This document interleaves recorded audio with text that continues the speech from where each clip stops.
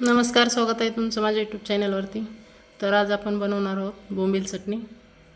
तर व्हिडिओ कुठे स्किप न करता पूर्ण बघा. तर रेसिपीला सुरुवात करूया. चटणी बनवण्यासाठी मी ते बोंबील चटणी बनवण्यासाठी 4 कांदे घेतले आणि 1 टोमॅटो घ्यायचे. तर आपल्याला हे बारीक कट करून घ्यायचे एकदम आपल्याला असे बारीक कट करायचे. तर या पद्धतीने बारीक कट करून घ्यायचे.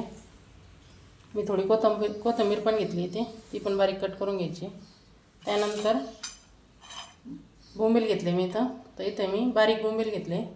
चटणीसाठी छोटेच बोंबील घ्यायचे, जास्त जाडसर नको. तर ते छान असे निवडून घ्यायचे. त्यानंतर आपल्याला थोडंसं तेल टाकून गॅसवरती कढई ठेवून तेल तापवायचं आहे आणि आपल्याला बोंबील तळून घ्यायचे. थोडेसे आपल्याला असे भाजून घ्यायचे बोंबील. जास्त जाळायची नाही, नाही तर कडू लागेल चटणी. तर लालसर होईपर्यंत असे तळून घ्यायचे. तर इथे आपले बोंबील तळून झालेत. ह्या पद्धतीने तळून घ्यायचे. त्यानंतर त्याच कढईमध्ये अजून तेल टाकायचं आहे आणि कांदा आपल्याला परतवायला टाकायचा आहे. तर कांदा जास्त परतवायचा नाही आहे, तर कमी गॅसवरती कांदा परतून घ्यायचा.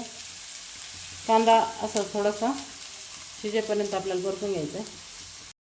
इथे असा अर्धवट कांदा परतला की याच्यामध्ये लगेच आपल्याला टोमॅटो टाकायचे. कांदा जास्त लाल नाही होऊन द्यायचा आहे. आता टोमॅटो आणि कांदा झाकण ठेवून आपल्याला शिजवून घ्यायचे कमी गॅसवरती. जास्त आपल्याला जाळायचं पण नाही. त्याच्यामध्ये चवीप्रमाणे मीठ टाकून घ्यायचे. आपण जेवढं चटणीला टाकणार आहोत तेवढं थोडंच टाकायचं आहे, कारण बोंबील खारट असतात त्यामुळे. ते या पद्धतीने परतून घ्यायचे आणि हे सर्व आता शिजेपर्यंत कमी गॅसवरती झाकण ठेवून आपल्याला शिजवून घ्यायचे.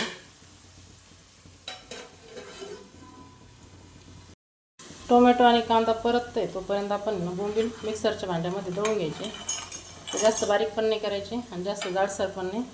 मिक्सर चालू बंद या पद्धतीने आपण दळून घेणार आहोत. तर या पद्धतीने दळून घ्यायचे. त्यानंतर आपल्याला वाटण करायचं आहे. तर मी परत तेच मिक्सरचं भांडं घेते.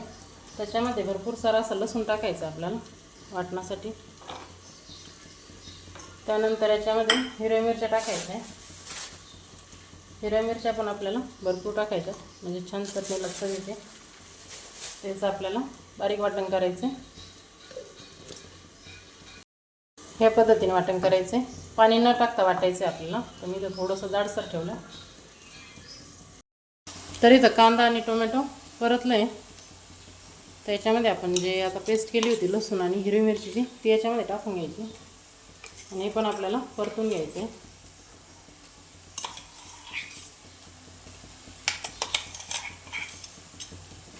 हे सर्व एकत्र परतून घ्यायचे. चटणी बनवताना ना कांदा जास्त टाकायचा. बोंबील थोडे असले तरी चालतात, खूप छान चव लागते. आणि टोमॅटो शक्यतो कमीच टाकायचं, म्हणजे आंबट जास्त लागत नाही चटणी. तर कांदा भरपूर टाकायचा याच्यामध्ये आणि हिरवी मिरची आणि लसूण पण खूप जास्त टाकायचा, म्हणजे छान चव येते. आता हे 2 ते 3 सेकंद हिरवी मिरची आपल्याला छान अशी परतून घ्यायची याच्यामध्ये. हे परतल्याच्या नंतर याच्यामध्ये आपण जे बोंबील बारीक करून घेतले ते टाकायचे याच्यामध्ये. तर हे पण असं परतून घ्यायचं याच्यामध्ये. आता जास्त वेळ आपल्याला गॅसवरती ठेवायचं नाही, फक्त एकत्र मिक्स करायचं आहे आणि 1 2 ते 3 सेकंद ठेवायचं आहे फक्त. आणि याच्या सर्वात शेवटी भरपूर अशी कोथिंबीर टाकायची आपल्याला, म्हणजे छान चव येते. आता हे झाकण ठेवून आपल्याला 2 3 सेकंदच ठेवायचं आहे, जास्त नाही, कारण पूर्णपणे चटणी आपली तयार झाली आहे. त्यामुळे जास्त वेळ नाही ठेवायची, नाही तर मग कडू लागते. तर कमी गॅसवरती आपल्याला 2 ते 3 सेकंद ठेवायची. तर इथे आपली बोंबील चटणी बनवून तयार झाली. रेसिपी आवडल्यास नक्की लाईक करा, कमेंट करा आणि शेअर करा.